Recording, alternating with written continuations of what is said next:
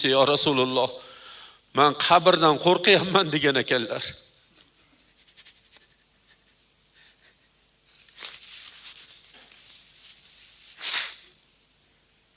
Qabrdan qo'rqyapman ey Allohning rasuli.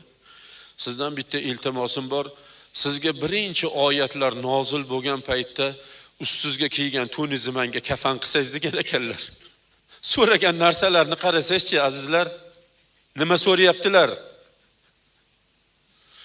Bo'ldi ey Xadicha, shu to'nimni sizga kafan qilaman deb to'nlarni olib kelib oldi, xursand bo'ldilar, vafot topdilar, yuvdilar, tepalarda turdilar.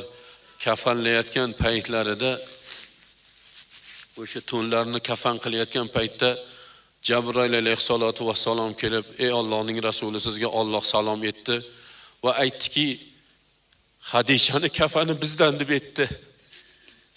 Xadisha bor bulini, bor butini, bor kuchini bizni rizoyimizga sarfladi, dinimizga sarfladi.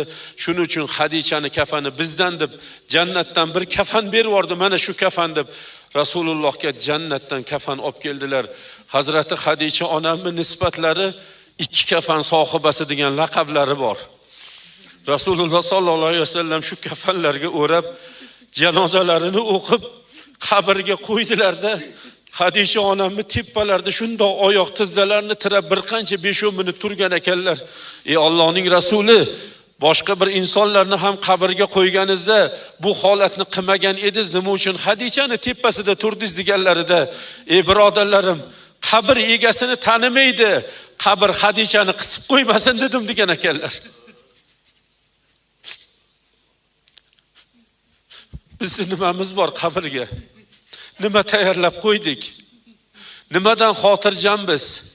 Nimaga qo'rqmaymiz? Nimaga qaytmaymiz birodarlar? Xadisha onamdek zot Allohning rizosini topgan, Alloh tomonidan jannat bashorati berilgan insonlar shundoq qo'rqib turibdilar-ku. Nimaga biz qo'rqmayapmiz? Nima deymiz Allohga, Robbimizga nima deb Rasulullohning huzurlariga qaysi bet bilan boramiz? Nima deb javob beramiz?